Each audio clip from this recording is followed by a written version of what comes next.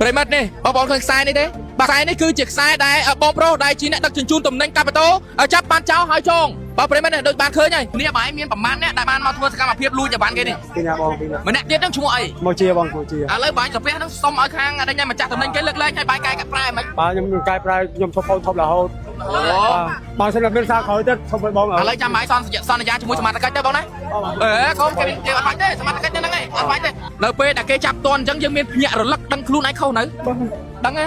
ឥឡូវបាយចង់កែប្រែកំហុសទេបងចង់បើបាទទៅសន្យាជាមួយសមាជិកណាហើយត្រូវកែប្រែនៅខ្លួនឯងគ្មានរបស់ណាដែលបានមកដោយមិនបានបញ្ចេញឬមកក៏បង្ហោញើសទេណាទាល់តែរបស់ដែលយើងបញ្ចេញកម្លាំងបញ្ចេញកំណត់បញ្ចេញញើសទៅជារបស់ដែលយើងហូបឬមកក៏ចាយទៅវាត្រជាក់ចិត្តអានេះគេហៅថារបស់ក្តៅកាហាយបាទប្រើប្រាស់ឬមកក៏ចាយទៅក៏វាអត់មានបានតែ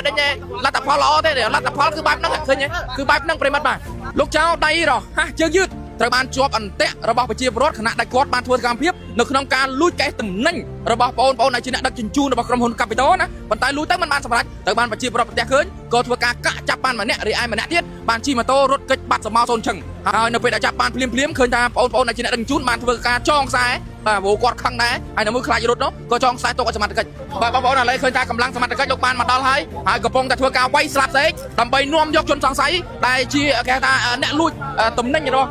បងប្អូនដែលជាអ្នកដឹកជញ្ជូនរបស់ក្រុមហ៊ុនកាពីតូណាយកទៅកន្លែងអធិការដ្ឋានខណ្ឌទូកកហើយដើម្បីបន្តតាមជំនាញនៃនីតិវិធីបាទនេះបងនេះកន្លែងល្មមនេះបាទតំណែងហ្នឹងបងមិនហ្នឹងលួចបានសម្រាប់នៅ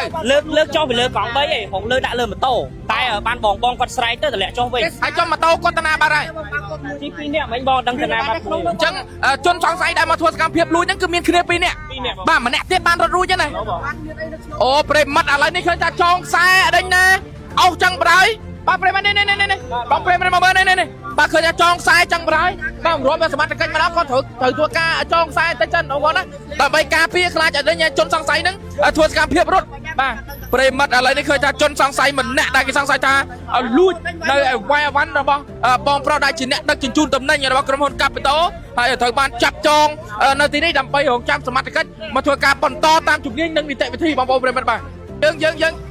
យើងជាជនរងគ្រោះបាទបងបាទណាតែដាក់ពាក្យបណ្ដឹងតាមសមត្ថកិច្ចដើម្បីសមត្ថកិច្ចគាត់ងាយស្រួលក្នុងការធ្វើការបន្តតាមជំនាញណាបាទអរគុណច្រើនបងប្អូនជាទីមេត្រីករណីនេះគឺជាករណីគេហៅថាជនសង្ស័យគ្នាប្រមាណ2នាក់បានមកធ្វើសកម្មភាពនៅក្នុងការលួចទំនិញរបស់ក្រុមហ៊ុនកាពីតូដែលជាបងប្អូនអ្នកដឹកជញ្ជូនអរគុណបងសមត្ថកិច្ចបាទហើយប៉ុន្តែលួចមិនទាន់បានសម្រេចផងក៏ត្រូវបានប្រជាពលរដ្ឋប្រទះឃើញហើយក៏កាក់ឲ្យម្ចាស់គេហើយម្ចាស់គេក៏បានធ្វើការចងខ្សែទុកដើម្បីរងចាំសមត្ថកិច្ចមកដល់ឥឡូវនេះសមត្ថកិច្ចបានមកដល់ក៏នាំខ្លួនជនសង្ស័យម្នាក់ដែលត្រូវបានជាប់អន្ទាក់ហ្នឹងយកទៅអធិការដ្ឋានខណ្ឌទូកកហើយដើម្បីឲ្យលោកបន្តតាមជំនាញនិងនីតិវិធីផងដែរបងប្អូនជាទីមេត្រីករណីនេះក៏បានកើតឡើងនៅកន្លែងត្រង់ចំណុចផ្លូវទៅសំណង់12បាទកែងនឹងស្តុបផ្ទាល់តែម្ដងគឺបានបង្កឲ្យមានការភ្ញាក់ផ្អើលខ្លាំងមែនទែនទៅដល់បងប្អូនប្រជាពលរដ្ឋដែលកំពុងតែរស់នៅឬមួយក៏ប្រកបអាជីវកម្មចិត្តនេះដោយសារតែគាត់ឃើញចោលណាហើយគាត់ស្អប់បំផុតរឿងចោលហ្នឹងហើយក៏ប្រើសកម្មភាពនៅក្នុងការជួយទប់ជួយចាប់ជួយឃាត់ទៅលើជនសង្ស័យនេះផ្ទាល់តែម្ដងហើយយើងក៏ស្រងពរគាត់ដែរសូមកុំប្រើហិង្សាលើគាត់អីឲ្យខាងជំនាញផ្នែកច្បាប់គាត់ធ្វើការបន្ត